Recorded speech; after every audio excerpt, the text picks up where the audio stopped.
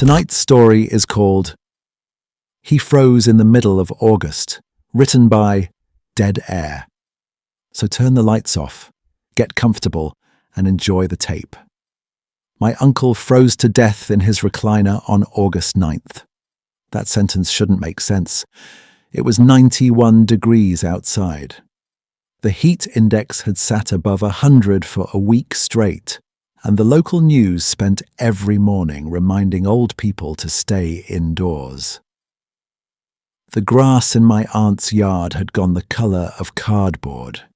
Cicadas screamed from the oaks from sunrise until long after dark.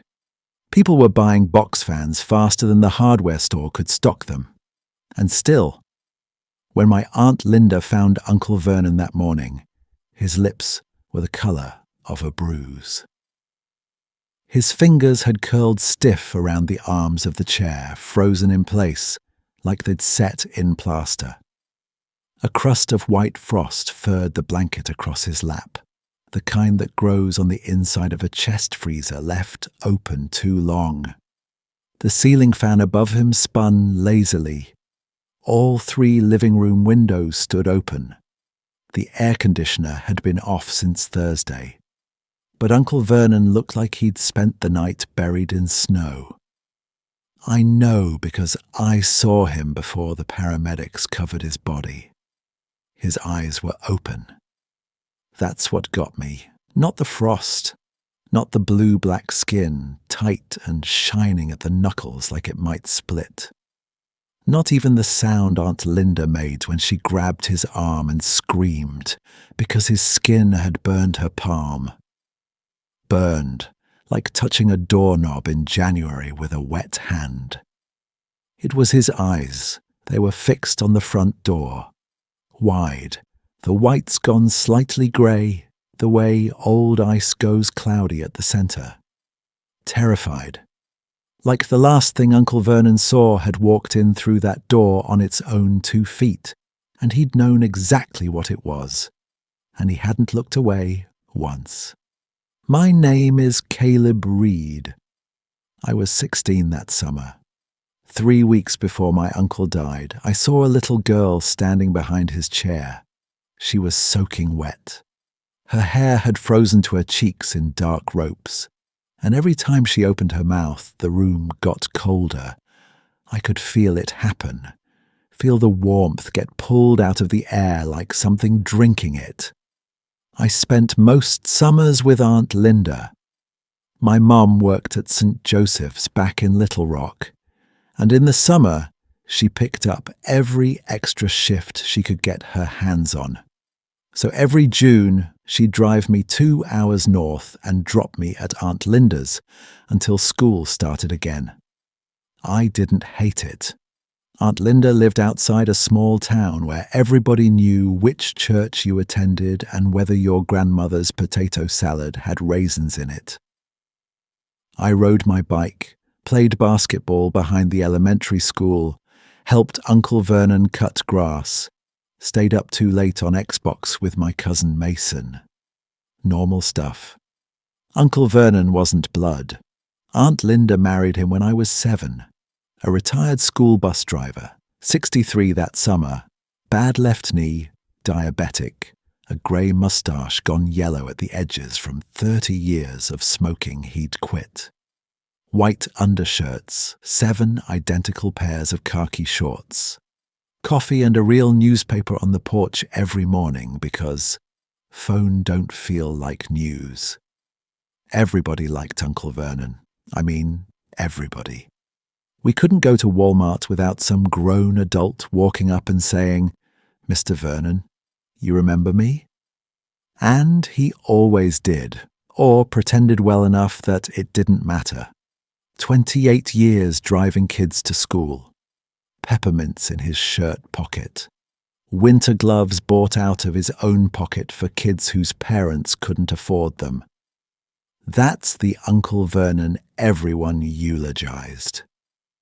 A beloved former driver and community fixture, the paper called him. But you can know someone your whole life and only know the parts of them they survived. The first cold spot appeared July 11th. I woke around 10:30, walked barefoot into the hallway, and stepped into winter. That's the only way to say it. One step, warm hardwood. The next step, pain shot up through my toes like I'd put my foot flat on a frozen lake. I jumped back and looked down. Nothing there. Sunlight through the window at the end of the hall. Thermostat reading 78. I reached 1 foot forward again, slow. Cold. Not cool, cold. The kind that aches in your bones on contact, that turns your skin an angry pink in seconds. A patch of hardwood maybe 3 feet wide, right outside Uncle Vernon's bedroom door. I crouched and pressed my palm flat against it. My fingertips went white at the tips almost immediately, capillaries shutting down like they do in frostbite. "What are you doing?" I nearly came out of my skin. Aunt Linda stood behind me with a laundry basket on her hip. I told her to feel it. She stepped her bare foot directly onto the spot. Nothing. She stood there, unbothered, while my knuckles throbbed just holding my hand near it. That's when I noticed my own breath fogging in front of my face. A small white cloud, there and gone. The cold patch was gone by noon, evaporated like it had never happened. I tried to forget it. 3 days later, I found another one, behind Uncle Vernon's recliner, and this one didn't just ache. It had ice on it. Uncle Vernon had a chair nobody else was allowed in. Brown leather, cracked at the left armrest, the cushion moulded permanently to the shape of his body like a cast taken of him. I was vacuuming behind it on July 14th when the motor bogged down. The lights flickered and the whole machine died. When I bent to check the outlet, I felt it. A thread of cold air leaking from behind the chair, and when I leaned around, the wall back there was furred white. Not frost, like on a windshield. Frost like the inside of a meat locker, thick enough that when I dragged my finger through it, it left a clean black trench in the white, and the wall underneath was slick and wet. I called Uncle Vernon in. He came from the kitchen with a sandwich in his hand, and for 1/2 second before he caught himself, his whole face went the colour of dishwater. "What am I looking at?" "The ice."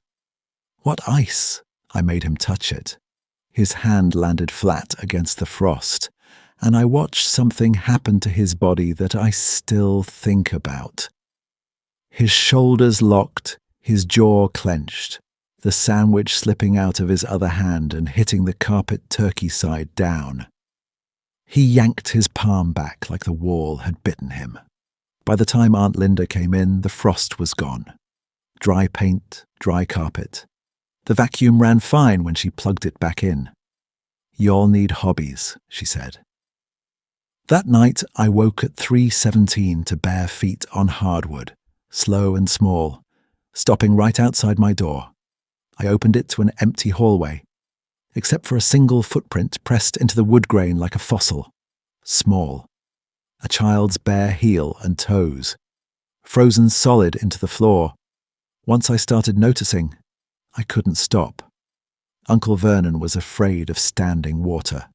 Ponds, specifically. Not the shower, not the sink. Just still, dark water. There was a photo from a family reunion at Lake Dardanelle where everyone stood ankle-deep at the shoreline except him, 30 feet back on dry grass, smiling for the camera like nothing was wrong. He watched storms differently than other people watch storms. Not for leaks, but standing at the window tracking the ditches as they filled, jaw tight, saying nothing too fast when I asked what he was looking for. And there was the humming. It started July 17th. A child's voice, soft, almost playful, drifting down the hallway while I brushed my teeth. I found Uncle Vernon in his chair, TV off, staring at the dead black screen, lips moving. "I didn't see you," he said. "Not to me." The humming stopped.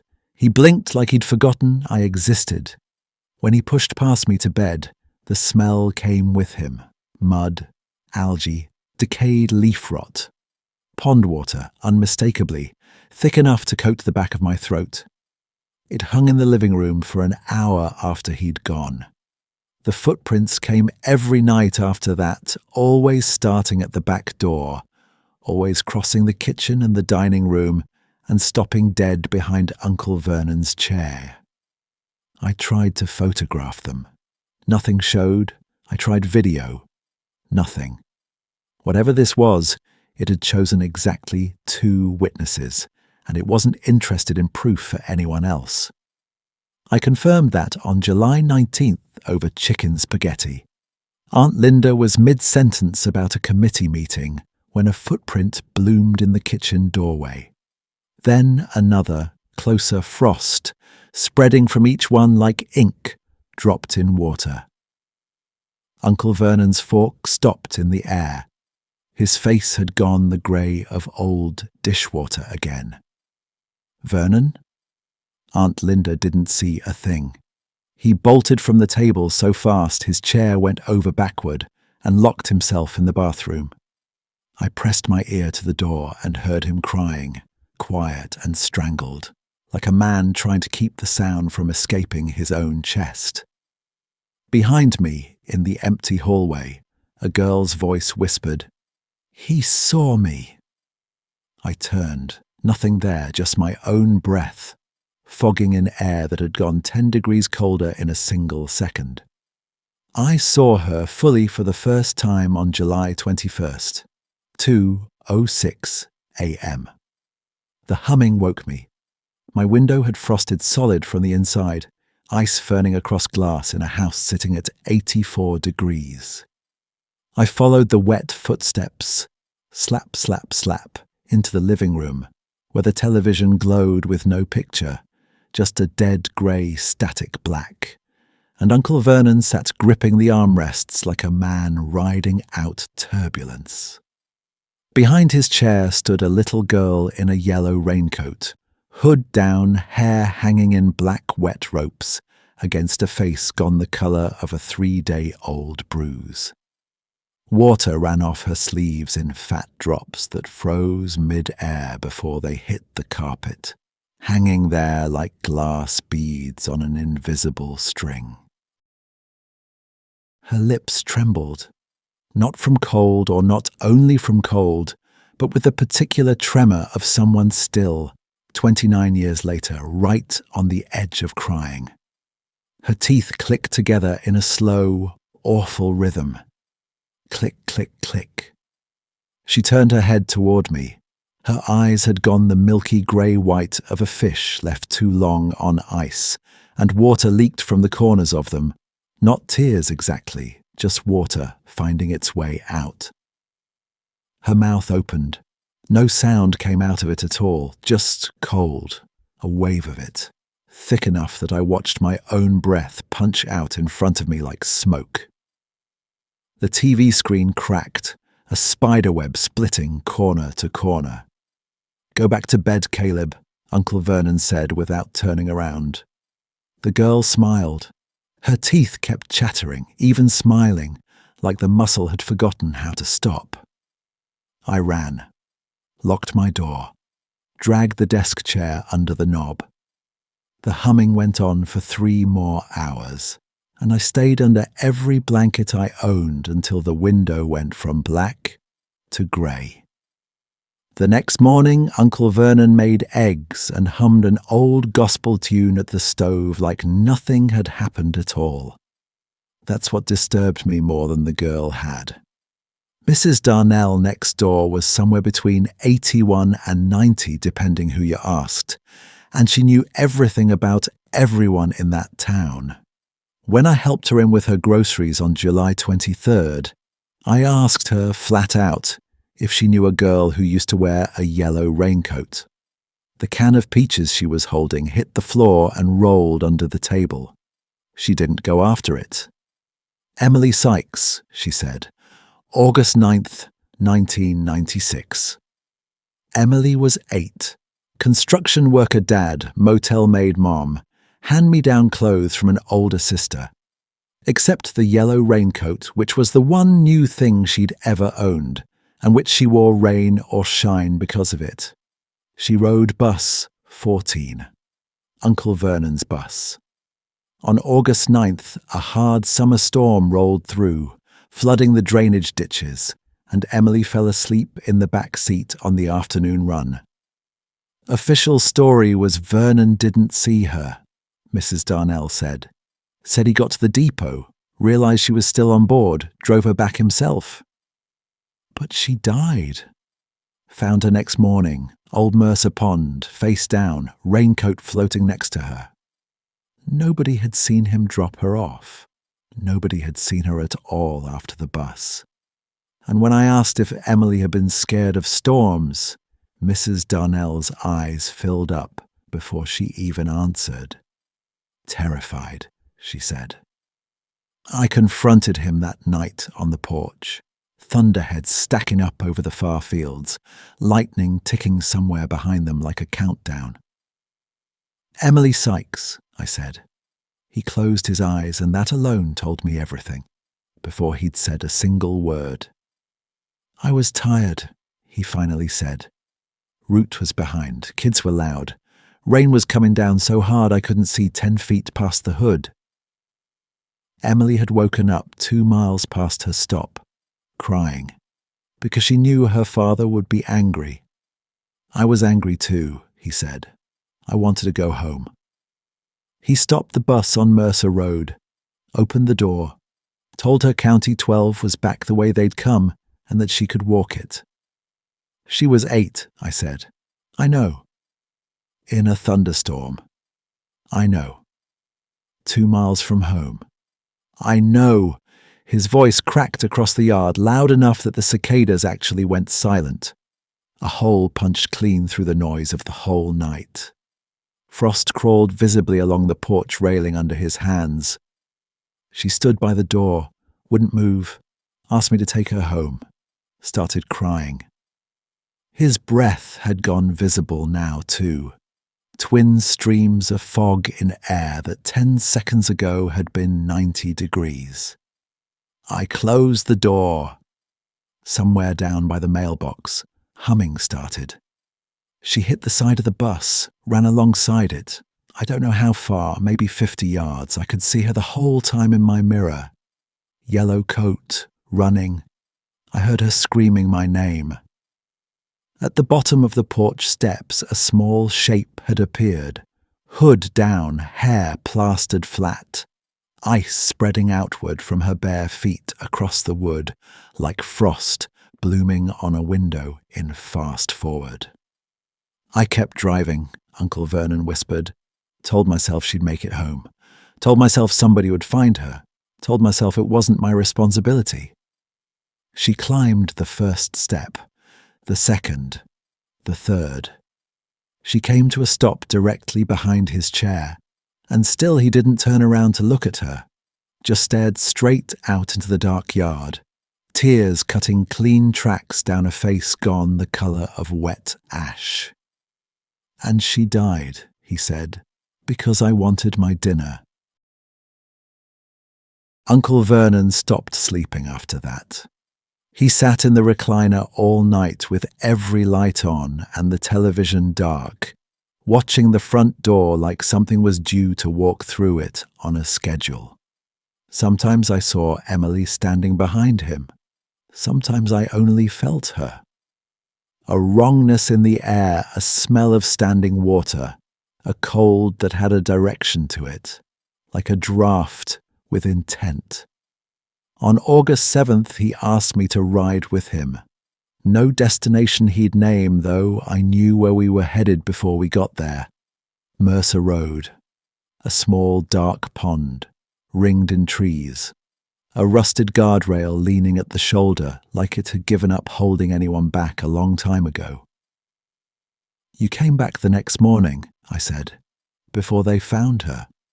I sat here 2 hours. You didn't call anyone. Because if I found her alive, he said, I'd have had to explain myself. Something shifted out on the water, a yellow shape rising slow and wrong through the surface. A hood, dark ropes of hair, a face turned toward the truck. Caleb, it said in a voice that carried through the closed windows, like it was already inside the cab with us. I blinked, and the pond was just a pond again. Flat, brown, empty. We drove away. In the mirror, Emily stood at the roadside where the truck had been, one hand raised, not waving, pointing, at the back of Uncle Vernon's head, all the way until the curve took her out of sight. The night he died, the heat hit 98, and the power company sent out warnings. Aunt Linda turned the air on. Uncle Vernon shut it off. She turned it back on, and when he crossed the room to shut it off again, she backed away from him, not out of fear of the man, but because when he got within 3 feet of her, the temperature around him dropped hard enough that she rubbed her bare arms and said, "What is that?" for the first time in the whole summer. That night he wore his old district jacket, BUS 14, stitched over the breast pocket, and sat down in his chair like a man taking a seat he'd been assigned. She'd been waiting 29 years, he said. At 10:43, the humming started. At 11:16, the dead television clicked onto a screen of pure static black. At 11:39, water, brown, silted, smelling of standing pond, began dripping through the ceiling in a fat, unhurried drops. At 11:51, the back door creaked open on its own and small, wet footsteps started across the kitchen tile. Slap, slap, slap. "Emily," he said. The footsteps stopped. "You left me," said a voice from the dark, small and flat and very cold. "I know." "You heard me." "I know." "I cried." "I know." "You saw me running." His shoulders had started shaking. "You came back," she said. "You sat in your truck. You didn't look for me. Why?" He stared into the black kitchen doorway. "Because I was afraid." "Are you afraid now?" "Yes." She stepped into the light of the dead TV screen, water sheeting off the raincoat in ropes that froze the instant they left the fabric, hitting the carpet as beads of ice instead of drops. Her eyes never once left him. "I'm sorry, Emily," he said. She tilted her head slow, like something on a hinge. "Then take me home." He looked at me across the room. "Go to your aunt." "No." "I spent 29 years, he said, telling people I didn't see her. He was crying freely now, his mustache crusting white at the edges. "I saw her. I saw everything. And I left." Emily moved around behind the chair and laid one small blue-white hand flat on his shoulder.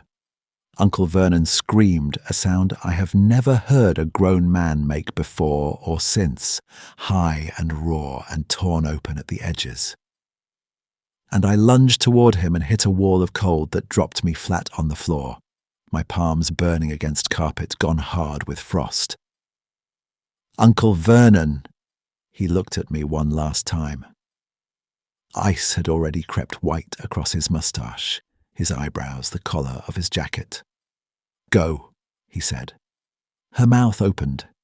Every light in the house detonated at once, glass raining down in the dark, and in the blackness that followed, I heard water, deep water, moving water, and underneath it a child sobbing, and underneath that, the low diesel groan of a bus engine idling in the rain, and over all of it, Uncle Vernon, screaming a sound that had stopped being words. Then, nothing. Just my own heartbeat and the smell of a pond that wasn't there. I woke on the hallway floor to sunlight and Aunt Linda screaming. Uncle Vernon sat in his recliner exactly where he'd sat down the night before. Blue lips, fingers locked white and rigid around the armrests. Frost furring the blanket in his lap like the pelt of some small dead animal. His eyes were open, fixed on the front door, and they stayed that way even after the paramedics arrived, even after they lifted him, even after the sheet went over his face. Nobody asked why the carpet behind his chair was soaked through. Nobody asked why the carpet behind his chair was soaked through. Nobody asked about the dead leaves scattered at his feet, or why they smelled like standing water in a house that had been locked up tight all night. But I saw the footprints. 2 trails cut clean into a thin skin of ice across the living room floor. One large, one small. Crossing the kitchen, going out the back door, across the yard, down the driveway, out onto the road.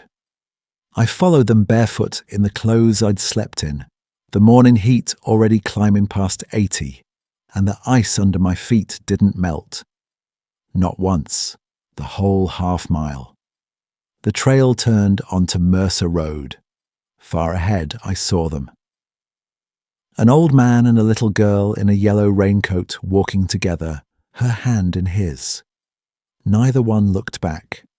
They went around the curve, and the footprints behind them thawed into nothing, like they'd never been there at all. At the funeral, 4 days later, the church overflowed. Former students, parents, other drivers.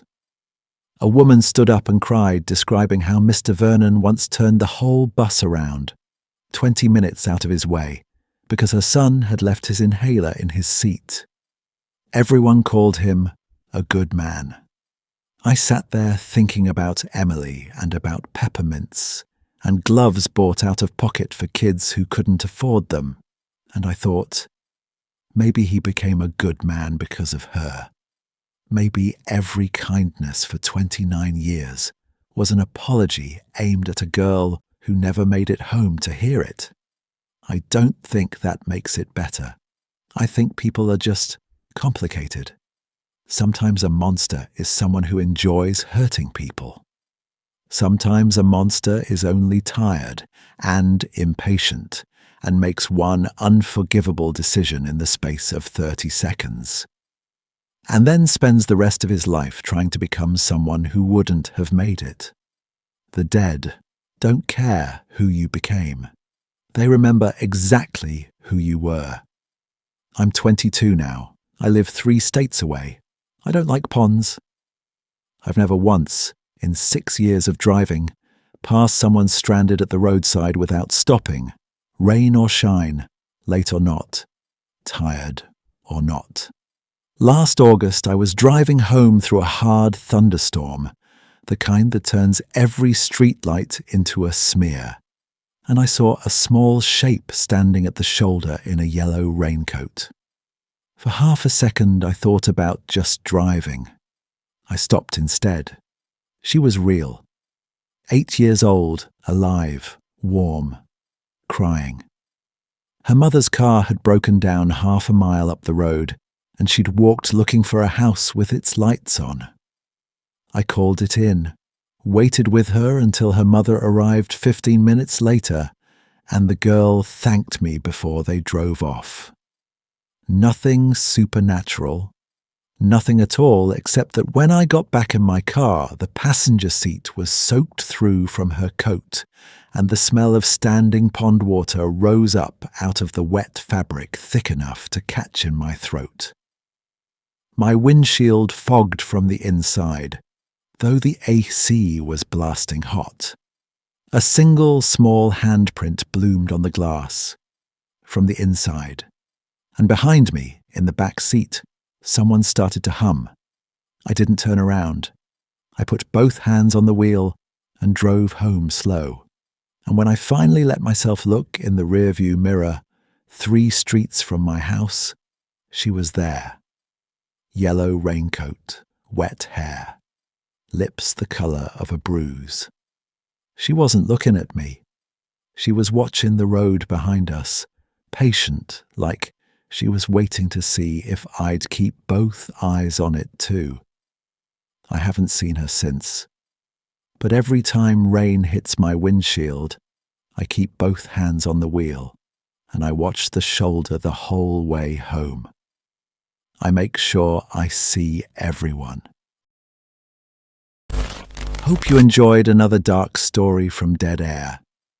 But before you disappear into the dark, we have a question for you. What's the creepiest thing you've ever experienced on a lonely road? Maybe you saw headlights behind you, only for them to disappear without ever passing.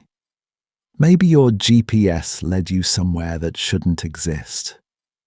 Maybe someone was standing on the shoulder, watching your car as you drove by. Or maybe you looked in your rearview mirror and realized something was following you.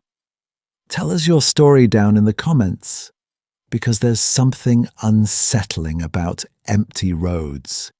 They stretch for miles through places most people never stop.